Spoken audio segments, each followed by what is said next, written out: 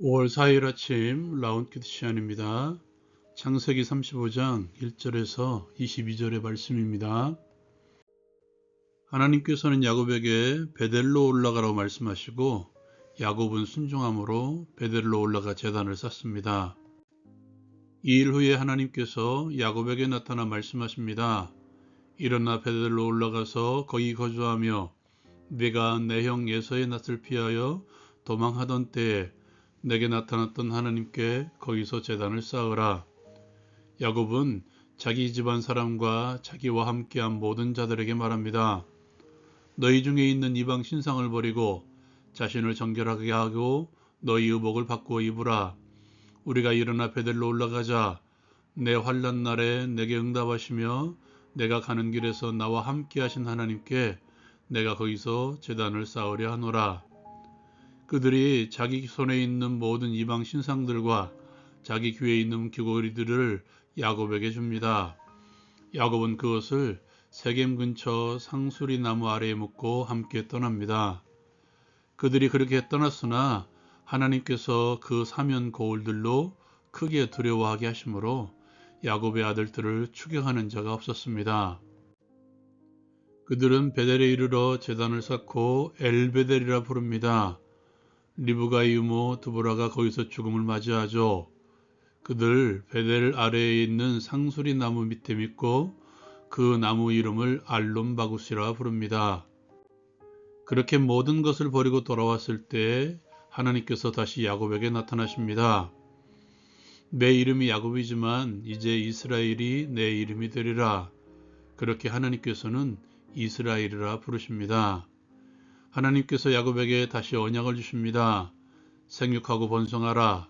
한 백성과 백성들의 총회가 내게서 나오고 왕들이 내 허리에서 나오리라. 내가 아브라함과 이삭에게 준 땅을 내게 주고 내 후손에게도 주리라. 그렇게 말씀하시고 하나님께서는 떠나 올라가십니다. 야곱이 다시 그곳에 돌기둥을 세우고 베델이라 부릅니다. 그렇게 베델에서 길을 떠나 에브라스에 이르는 길에 라헬이 해산하게 되죠. 그러나 심히 고생하여 난산할 즈음에 아들을 낳고 그는 죽음을 맞이합니다. 그렇게 아들을 낳았을 때 베논이라 부릅니다. 야곱은 베냐민이라 부르죠.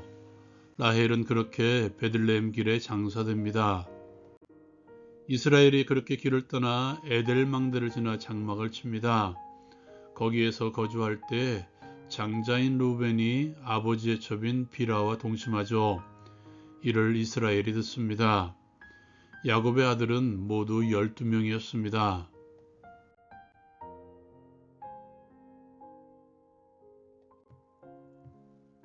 이 말씀을 가지고 다시 베델로 부르시는 하나님에 대해서 함께 나누기를 원합니다.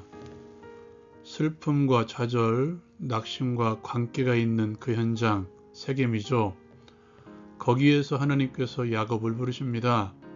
그리고 그를 베델로 올라오라고 말씀하십니다. 야곱에게 베델은 어떤 곳입니까? 형 에서의 죽음의 위협을 피하여 야곱을 만나셨던 곳이죠. 아무것도 없는 그에게 나타나셔서 약속을 주셨던 곳입니다. 진정한 야곱의 시작 지점이죠. 야곱을 이스라엘이 되게 하시기 위한 시작점이 바로 베델입니다. 야곱은 거기에서 제단을 쌓고 엘베델이라 부르죠. 베델의 하나님이라는 의미이죠. 하나님의 집이라는 장소적인 의미가 아닌 이제 진정한 하나님을 부르게 된 것입니다. 우리에게 있어 엘베델은 당연히 십자가 아래입니다. 진노의 자녀였던 우리를 하나님의 자녀가 되는 자격이 부여된 곳이죠. 그곳은 오직 십자가밖에 없습니다.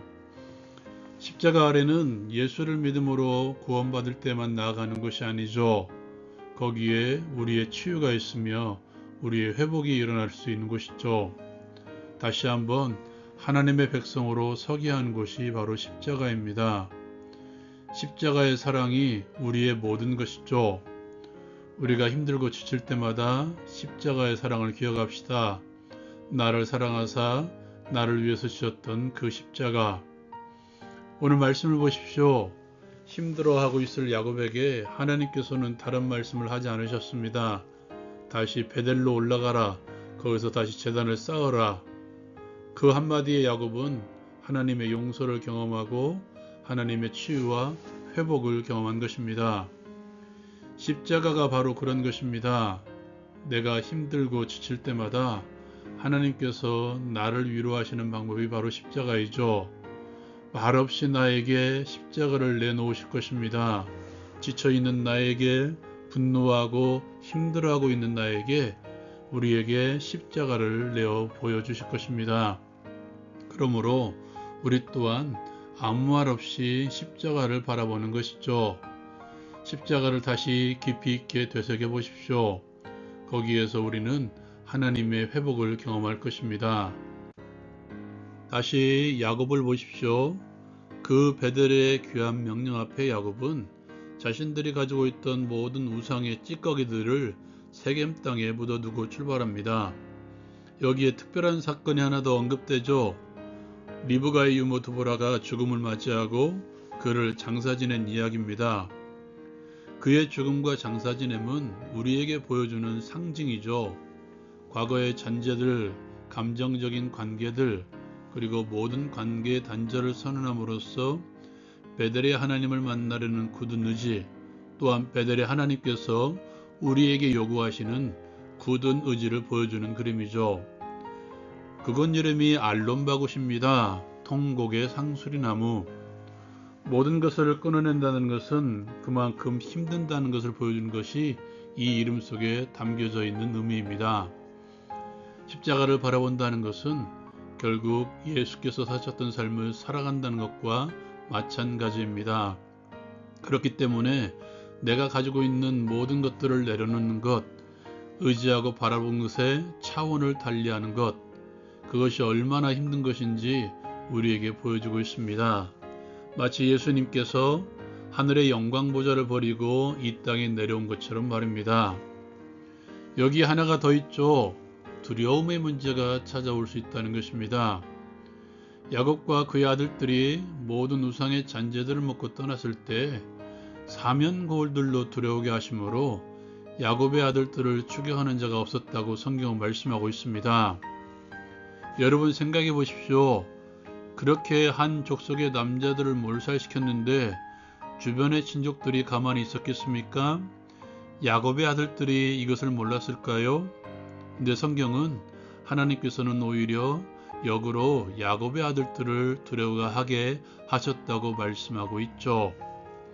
이 또한 우리에게 역으로 적용될 수 있습니다.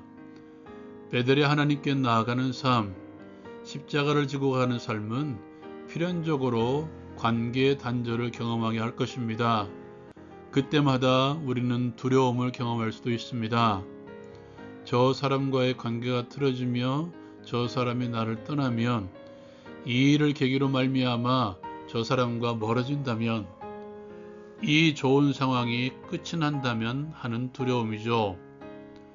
지금 저에게는 믿지 않는 친구가 거의 없습니다. 그러나 지금 대신 함께 믿음을 세워나가는 믿음의 동역자들이 있죠. 여러분, 그 길에는 많은 우여곡절이 있습니다. 그 모든 우여곡절이 나를 두렵게 할 수 있죠. 때론 슬픔이, 때론 기쁨이, 때로는 분노가 찾아올 수 있습니다. 야곱에게 사랑하는 라헬의 죽음, 아들 베냐민의 탄생, 그리고 루벤이 자신의 첩과 동침한 것처럼 말입니다. 그렇게 십자가의 삶을 방해하는 것들은 원래부터 존재합니다. 그로 인해 우리를 두렵게 하죠. 그럼에도 불구하고 그래도 우리는 가야 됩니다. 하나님만이 정말 두려운 분이시기 때문입니다. 여러분, 우리의 걸음을 인도하시는 하나님만을 신뢰하십시오. 오늘 마지막 말씀이 야곱에게 12 아들이 있었다는 증거를 우리에게 대고 있습니다. 하나님의 약속대로 이스라엘 백성들의 근간에 세워진 것이죠. 하나님의 약속은 반드시 이루어집니다. 하나님은 당신의 말씀을 분명히 이루실 것입니다. 그러므로 하나님의 약속만을 신뢰하고 엘베델로 달려가십시오. 다시 십자가의 사랑을 구하십시오. 이 말씀을 가지고 함께 기도합니다. 나의 모든 더러운 것들, 약한 것들을 십자가 아래에 묻고 나를 위해 십자가를 지신 예수를 다시 바라보게 하옵소서. 예수님의 이름으로 기도합니다. 아멘.